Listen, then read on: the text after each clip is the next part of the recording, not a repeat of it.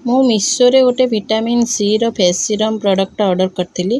ତା ରେଟିଂ ବି ବହୁତ ଭଲ ଥିଲା, 4.8 ଥିଲା। ତ ତାକୁ ଓପନ୍ କରି ଦେଖିଲି ତା ଭିତରେ ପାଣି ଯାହା ସେଇଆ ପଶିଛି। ତା ଦେହରେ ମାନେ ସେ ସିରମ୍ର କିଛି ହିଁ ଟେକ୍ସଚର୍ ନଥିଲା, ପୁରା ପାଣି। ଆଉ ସ୍ମେଲ୍ ତ ପୁରା ବକୱାସ୍ ଥିଲା।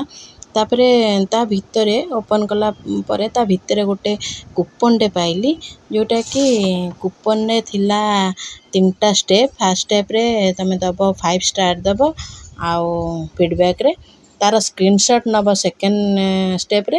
ଥାର୍ଡ଼ ଷ୍ଟେପ୍ରେ ତା'ର ଗୋଟେ ହ୍ୱାଟ୍ସଆପ୍ ନମ୍ବର ଦେଇଛି, ସେଥିରେ ତୁମେ ତାଙ୍କୁ ପଠାଇବ, ସେଣ୍ଡ କରିଦେବ।